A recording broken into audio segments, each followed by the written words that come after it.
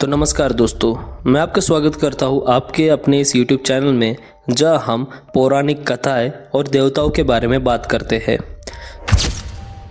तो आज हम बात करने जा रहे हैं वराह अवतार की, कि क्यों विष्णु जी ने वराह अवतार लिया और कैसे उन्होंने इस पृथ्वी को बचाया और हम सबकी रक्षा की। जब ब्रह्मांड अस्त व्यस्त हो गया था, जब पृथ्वी जल में डूब चुकी थी, जब अधर्म का अट्टहास गूंज रहा था, तब एक सिंहनाद हुआ था और जन्म लिया भगवान विष्णु के एक अनोखे रूप ने। यह कहानी है उस रूप की जो न मानव था न पशु, लेकिन जिसने पृथ्वी को अपने दांतों पर उठाया। यह है कथा वराह अवतार की। ब्रह्मा जी ने सृष्टि की रचना की थी, जल, वायु, अग्नि, पृथ्वी और आकाश से।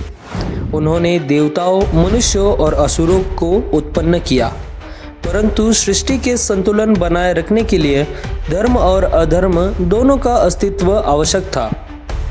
इन्हीं असुरों में से दो भाई थे, हिरण्याक्ष और हिरण्यकश्यप। दोनों ने कठोर तप करके ब्रह्मा जी से वरदान प्राप्त किया, ऐसा वरदान जिसने उन्हें लगभग अमर बना दिया था। हिरण्याक्ष को अभिमान हो गया कि वह अब पूरे ब्रह्मांड का स्वामी है। हिरण्याक्ष ने अपने अभिमान में पृथ्वी को उसके स्थान से अलग कर गहरे समुद्र में डुबो दिया। पृथ्वी माता कहरा उठी, चारों दिशाओं में अंधकार फैल गया। देवता भयभीत हो गए और भागे ब्रह्मा जी के पास। ब्रह्मा जी ने चिंतन किया और बोले, अब केवल नारायण ही सृष्टि को बचा सकते हैं।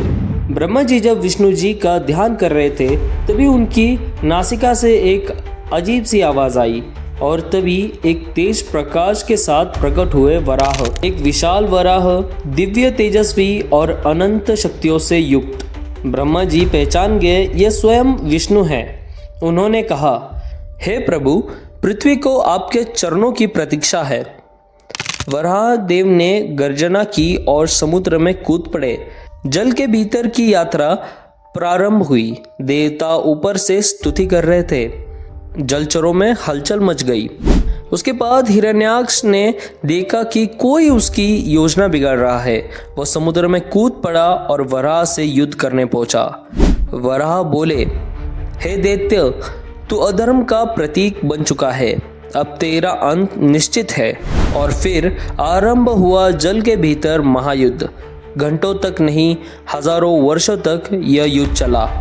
देवता और ऋषि मंत्रों से युद्ध भूमि को पवित्र कर रहे थे। अंत में वराह ने हिरण्याक्ष को अपने दांतों से उठाकर समुद्र के लहरों में पटक दिया। हिरण्याक्ष का अंत हुआ। अधर्म पर धर्म की विजय हुई। अब वराह देव समुद्र के भीतर पहुंचे और वहां गहराई में पड़ी पृथ्वी माता को देखा। वह करुणा से भर गए। धीरे धीरे उन्होंने पृथ्वी को अपने दो विशाल दांतों पर उठाया और जल के बाहर लाने लगे। जैसे ही पृथ्वी समुद्र से बाहर आई, सूर्य चमक उठा, आकाश फिर से नीला हुआ और चारों दिशाएं गूंज उठी जय वराह देव की। ब्रह्मा जी ने कहा, हे विष्णु, आपके इस रूप ने संसार को बचाया है। अब यह धरती फिर से जीवन पाएंगी। उस स्थान को वराह क्षेत्र का नाम दिया गया और आज भी तीर्थ स्थल के रूप में पूजित है।